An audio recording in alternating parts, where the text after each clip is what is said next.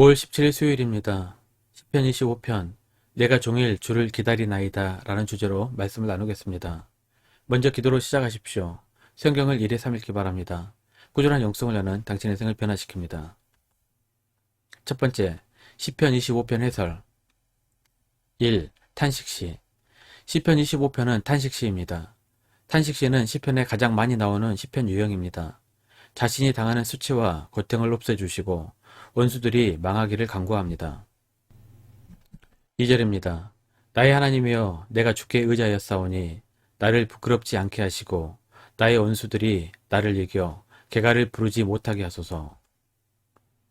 탄식시와 조주시 같은 경우 하나님께서 나를 괴롭히는 자들에게 복수해 주시기를 바라는 기도가 종종 나옵니다. 이런 기도를 해도 되는지, 그리고 정말 하나님께서 나의 원수에게 복수해 주시는지 질문하신 분이 계셨습니다. 성경에도 이런 기도민이 나오기 때문에 마음이 힘들고 괴롭다면 기도할 수 있습니다. 하지만 이 기도가 마치 원수의 인형을 만들어 바늘로 찔러 적을 괴롭히거나 죽이는 고대 주술처럼 생각해서는 절대로 안 됩니다. 탄식시와 조주시의 기능은 하나님께 나의 마음을 호소하는 것입니다. 나의 괴로움을 쏟아내면서 하나님으로부터 위로를 받고 치유되고 관계가 회복되는 것을 목적으로 하는 기능을 합니다. 두 번째, 닭간채 시편. 시편 90편에서도 살펴봤지만 닭간채란 시의 행이나 연의 첫머리가 알파벳을 순서대로 사용한 시의 형식입니다. 이러한 닭간채 시는 일상적으로 사용하는 알파벳을 규칙적으로 사용함으로써 시를 읽는 사람이나 듣는 사람으로 하여금 자연스럽게 친밀감을 느끼게 하고 시를 쉽게 외우고 노래하게 하는데 큰 도움을 줍니다. 닭간채 시편은 모두 9편입니다. 이 중 히브리어 자음 22개가 모두 다 들어간 완전한 닭간채 시편은 119편 뿐입니다. 나머지 8편의 시편은 알파벳 중 일부가 빠지거나 중복되는 불완전한 닭간채 시편입니다. 시편 25편도 매우 아름다운 시이며 기도입니다.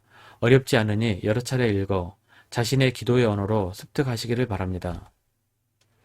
두 번째, 기도는 주의 교훈을 기다리는 것이다. 시편 25편은 탄식시이면서 동시에 교훈시이기도 합니다. 하나님의 교훈과 가르침을 바랍니다. 대부분의 시편이 그렇듯이 시이면서 기도입니다.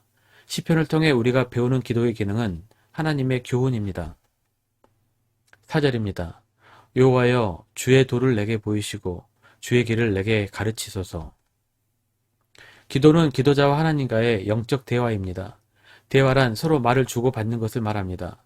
그런데 기도자들이 영적 대화에 몹시 서툽니다. 자기가 할 말만 줄기차게 늘어놓고 하나님께서 말씀할 차례를 드리지 않습니다. 하나님께서 이제 내 차례인가 해서 겨우 말씀하시려고 하면 예수님의 이름으로 기도합니다. 아멘 하고 하나님과의 대화를 끝내버립니다.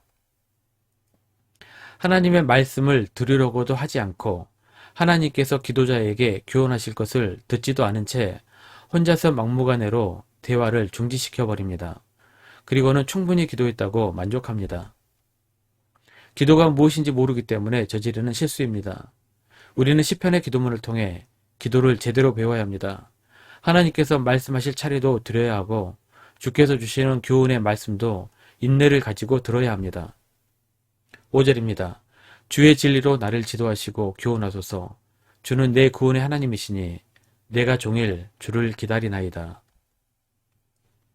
루트 대학교의 총장님은 기도에 대해 이렇게 말씀했습니다. 기도는 우리가 구할 때 하나님이 들으시고 하나님이 응답하실 때 우리가 듣는 행위이다.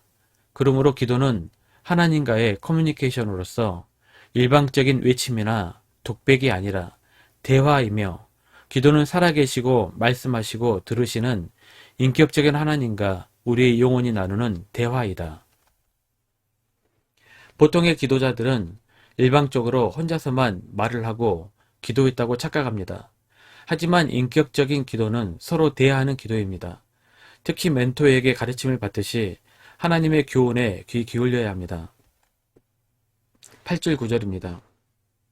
여호와는 선하시고 정직하시니 그러므로 그의 도로 죄인들을 교훈하시리로다. 온유한 자를 정의로 지도하시며 온유한 자에게 그의 도를 가르치시리로다.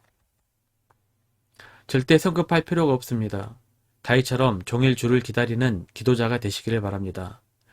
우리의 기도가 응답받는 순간은 하나님의 교훈을 들을 때입니다. 12절입니다. 여호와를 경외하는 자 누구냐? 그가 택할 길을 그에게 가르치시리로다.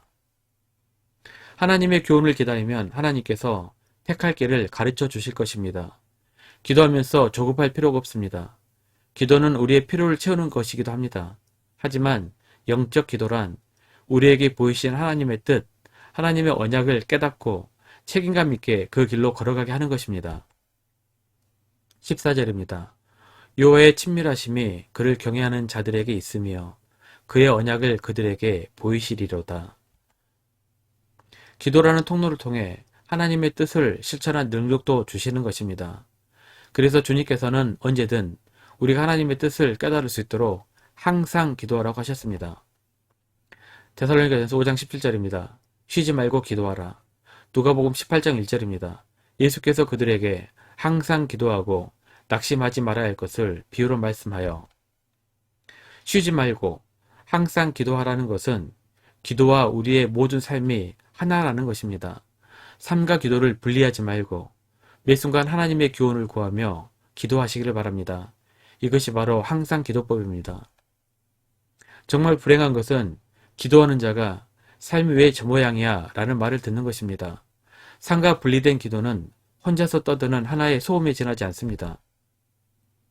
주의 교훈과 가르침을 듣지 않고 혼자서 떠드는 기도는 공허한 기도가 될 수 있습니다. 잠언 28장 9절입니다.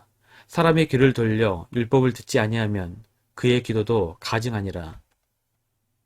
말씀 요약합니다. 보통의 기도자들은 일방적으로 혼자서 말을 하고 기도했다고 착각합니다. 하지만 정말 인격적인 기도는 서로 대화하는 기도입니다. 항상 기도 가운데 하나님의 교훈과 가르침에 귀 기울여 들으시기를 바랍니다. 1년 성경 읽도 주간 계획입니다. 오늘은 수요일 욥기 10장에서 12장까지 말씀을 천천히 묵상하십시오. 올 중보 기도 제목입니다. 5가지 기도 제목 충분히 기도하시고 교회와 개인 기도 시간을 가지시길 바랍니다. 가정에서 기도하시기 힘드신 분들은 교회 나오셔서 주중 기도의 시간을 이용하시면 됩니다. 주중 기도는 새벽 6시부터 밤 10시까지입니다. 편하신 시간에 나오셔서 정기적으로 기도하시기 바랍니다. 하루 30분씩 최선을 다하시기 바랍니다. 그러면 여러분의 삶이 변화될 것입니다. 영상을 다 보신 분들은 확인 문자를 보내시거나 유튜브에 댓글로 달아주시면 정기적인 영성 훈련에 도움이 될 것입니다. 오늘 하루도 승리하시기를 기도합니다.